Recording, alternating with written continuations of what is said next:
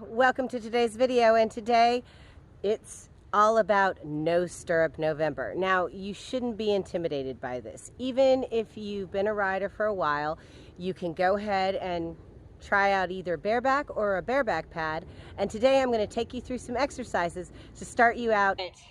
Here we are with Miro, and when you're using a bareback pad, the first thing you do is make sure you check your pad.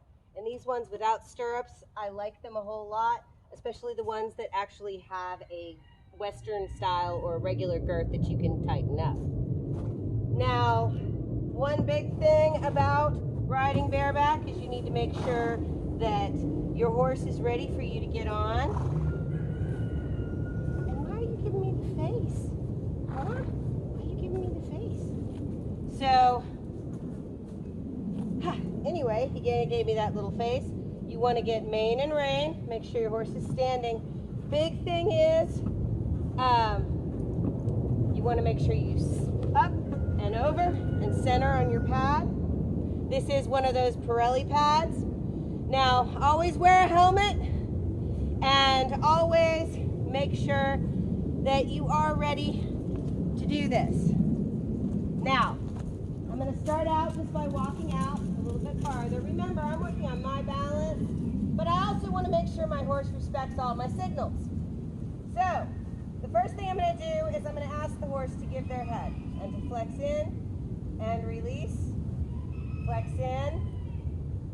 Flex, flex, flex, flex. When he big flex, when he doesn't give me a nod, I kind of bump a little bit. Bump, bump. There you go. And now we'll do it on the other side. What you do on one side, you do on the other. Good. And again, flex, flex, flex. It's giving me a nice flex. So I'm just using a side pull. And what I want to really do is I want to focus on, even though I'm bareback, I want to make sure I'm in the center of my horse. So I should be able to swing my legs back and forth. I should also be able to kind of grip up here with the tops of my thighs. But my lower leg should be able to go in front of the girth, button number 1, at the girth, button number 2, and behind the girth, button number 3. So if I want to move the forehand, which will be our next exercise, that's going to be outside button number 1.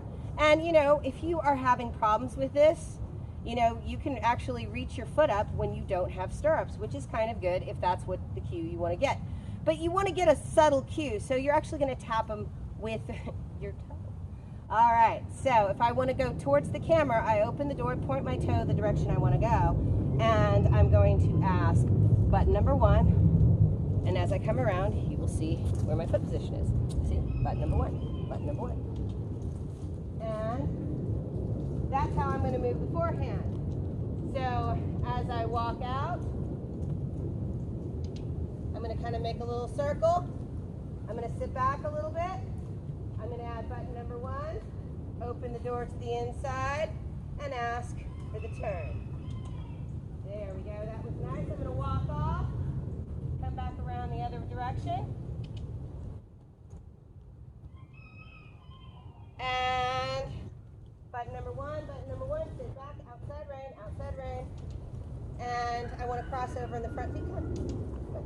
There we go. Good.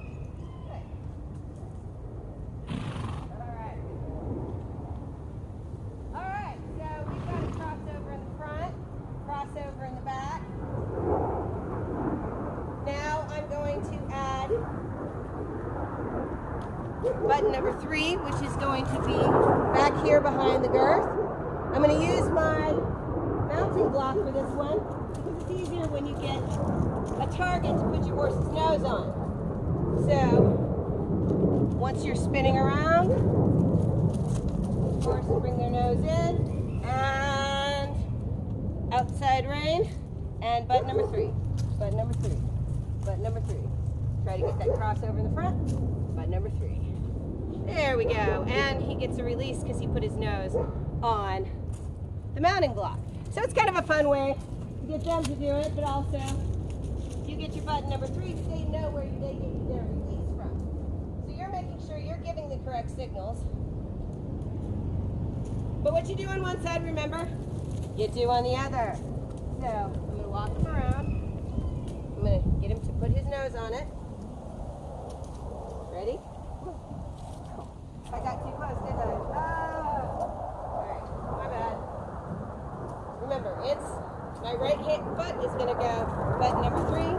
So, let's sit right in button number 3. Button number 3. Button number 3. Ah!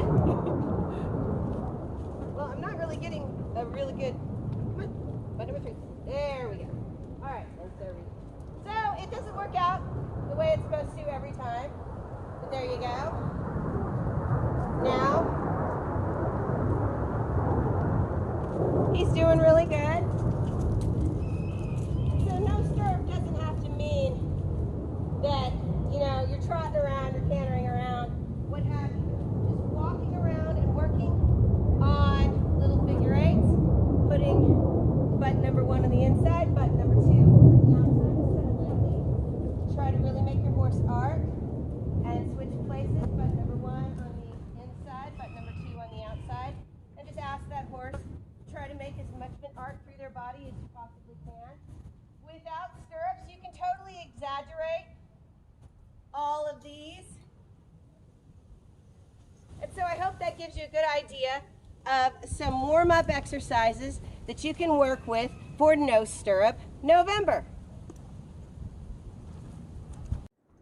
So thank you so much for joining me on today's video. And if you enjoyed the video, give us a like. And if you haven't already, please subscribe. And remember, if you want to see more, check out our playlists.